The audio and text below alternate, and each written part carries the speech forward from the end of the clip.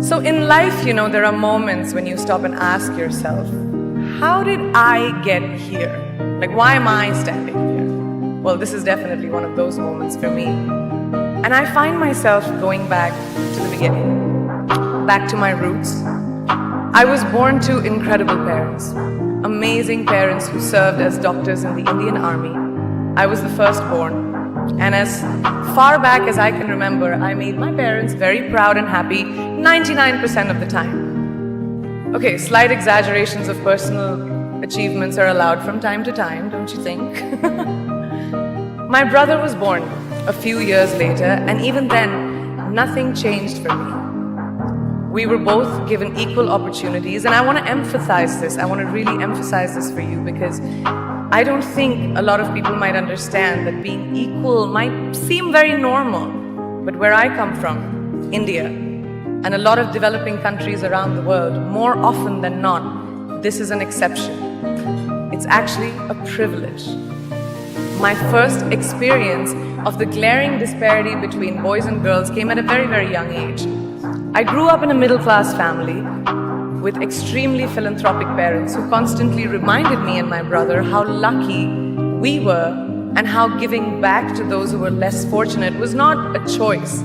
It was a way of life. Simple. I was 7 or 8 years old when my parents started taking me on these visits in a traveling clinic to developing communities around and villages around the city that we lived in called Bareilly. We were packed into this ambulance and my parents would provide free medical care to people who couldn't afford it. My job at the age of 8 was assistant pharmacist. So I would count all the medicines, put them in an envelope and give it out to patients, and I really took my job very seriously. Very seriously. But the more I went on these expeditions, the more I began to notice the simplest things that distinguished a boy from a girl or a man from a woman. For example, girls were pulled out of school when they hit puberty because they were considered ready for marriage and babies. That's 12 and 13, while boys still enjoyed their childhood. Or basic human rights such as healthcare were denied just because they were women. Let's call this whole experience trigger number 1 for me. Fast forward a few years and many, many triggers in between. Like a producer-director, for example, early on in my career, I must have been about 18 or 19, telling me that if I didn't agree to the ridiculous terms or painfully low salary in his movie, that he would just replace me. Because girls are replaceable in the entertainment business. That was a memorable one. Made me decide to make myself irreplaceable. But I think what really moved the needle for me and ultimately led me to create the Priyanka Chopra Foundation for Health and Education, and around the same time partner with UNICEF, was an encounter with my housekeeper's daughter. About 12 years ago, I came home from set early one day and she was sitting in my library reading a book. And she must have been 8 or 9 years old, and I knew she loved reading. So I asked her, I was like, it's a weekday, why aren't you in school? And she said, oh, I don't go to school anymore. So I went and asked her mother and I said, why isn't she in school? And her mom said that her family couldn't afford to send her and her brothers to school, so they chose the boys. The reason? She would eventually get married and it would be a waste of money.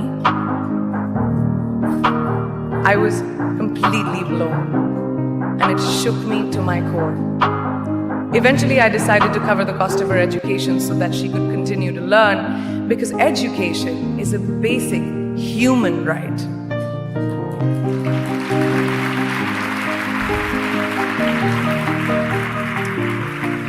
And a huge necessity, especially today.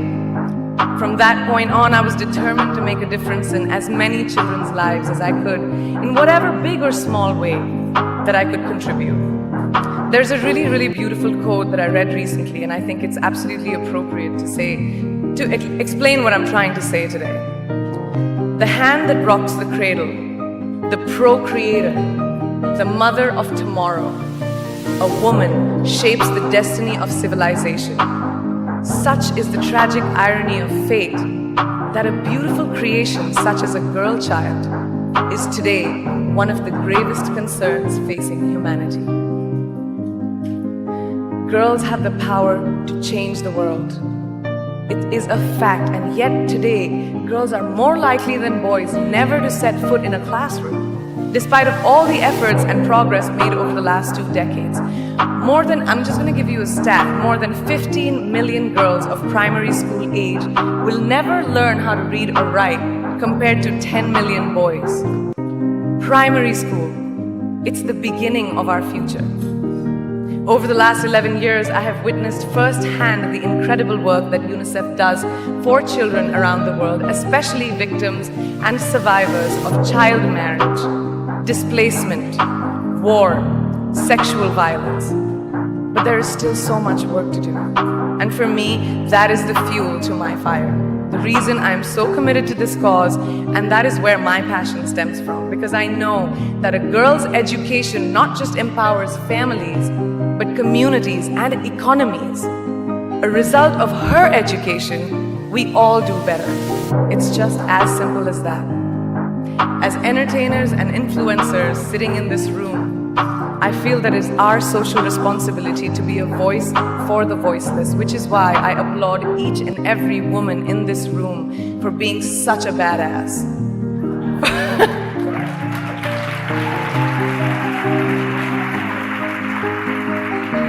For using your platform and your voice to contribute to change, and for ensuring that there is not even one lost generation as long as we are alive.